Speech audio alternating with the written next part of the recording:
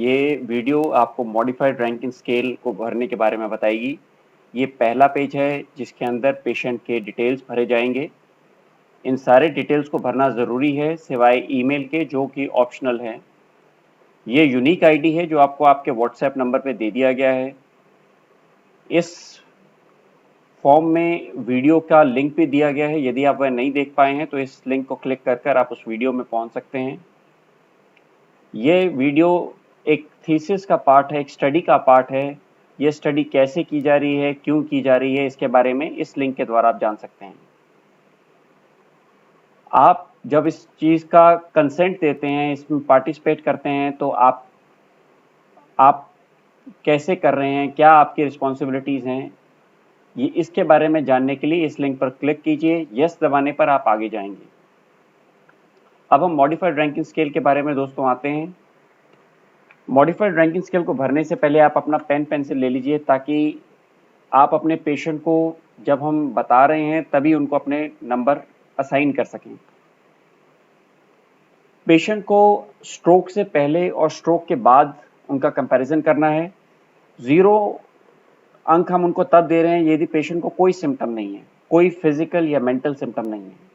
1 अंक हम तब दे रहे हैं यदि पेशेंट को सिम्टम्स आने शुरू हो गए हैं, जैसे कमजोरी, सुन्नता, निगलने में तकलीफ, देखने में तकलीफ, बोलने में तकलीफ, या इवन मूड डिस्टर्बेंसेस, यानी ज़्यादा गुस्सा होना, डिप्रेशन में होना, ये सारी चीज़ें सिम्टम में गिनी जाएंगी। पर पेशेंट अपना जनरल काम, जो अपनी पुरानी नॉर्मल ड्यूटीज़ थी, वो कर सकते हैं, अपनी जिम्मेवारियां निभा सकते हैं। 2 अंक हम पेशेंट को तब दे रहे हैं जब पेशेंट अपनी पुरानी नॉर्मल एक्टिविटीज़, पुरानी एक्टिविटीज़ नहीं कर पा रहे हैं। यदि मान लीजिए पहले वह टीचर थे, अब वह टीचर का काम नहीं कर पा रहे हैं। अपने पहले सोशल काम, यदि मान लीजिए अपनी फैमिली से हफ्ते में 3 बार मिलते थे, अब सिर्फ 2 बार मिल पा रहे हैं या नहीं मिल पा रहे हैं, या वो कार चलाते थे अब वो नहीं चला पा रहे हैं, तो उनको 2 अंक दिए जाएंगे। अधिकतर ये पेशेंट अपने खुद का अपना कामकाज करना आसानी से कर सकते हैं। ये पेशेंट उनके देखभालकर्ताओं द्वारा 1 हफ्ते से ज़्यादा आराम से छोड़े जा सकते हैं, उनको ज़्यादा फिक्र नहीं होती।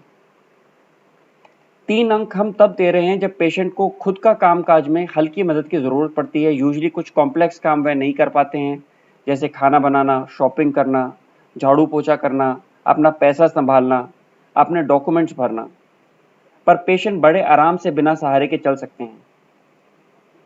यदि पेशेंट अपने स्टिक की मदद से चलता है तो उसको हम बिना सहारे के ही गिनेंगे, क्योंकि वह अपने आप इसको कर रहा है। इसलिए किसी भी स्टिक या असिस्टेड डिवाइस की मदद से यदि पेशेंट खुद चलता है बिना किसी दूसरे आदमी की फिजिकल या वर्बल मदद के साथ, तो उसे बिना सहारे के ही गिना जाएगा। यूजुअली उनके देखभालकर्ताओं द्वारा उन्हें हफ्ते में 1 बार देखना ज़रूरी पड़ता है।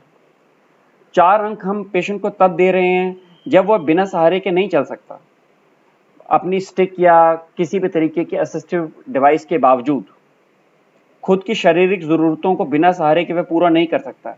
इसलिए टॉयलेट के इस्तेमाल में, नहाने में, कपड़े पहनने में, खाना खाने में उसको किसी और की आवश्यकता पड़ती है, मौखिक यानी वर्बल या फिजिकल, या उनको मौखिक रूप से बताना पड़ता है या उनकी एक्चुअल मदद करनी पड़ती है फिजिकली। देखभालकर्ता को यूजुअली पेशेंट के बिल्कुल पास में ही रहना पड़ता है, आसपास में ही रहना पड़ता है, क्योंकि पेशेंट को सिर्फ कुछ घंटों के लिए ही अकेला छोड़ा जा सकता है। 5 नंबर में वह पेशेंट गिने जा रहे हैं जो पेशेंट के लिए देखभालकर्ता को उनके बिल्कुल पास में रहना पड़ता है। पेशेंट हमेशा बेड रिडन रहता है, अपने बिस्तरे पर ही रह पाता है, और उसका लैट्रिन, पेशाब इत्यादि पर कोई कंट्रोल नहीं होता। ये वीडियो मॉडिफाइड रैंकिंग स्केल के बारे में थी। अब अगली वीडियो जो है वह बार्थेस इंडेक्स के बारे में आएगी। ये सेकंड वीडियो ज़रूर देखें दोस्तों।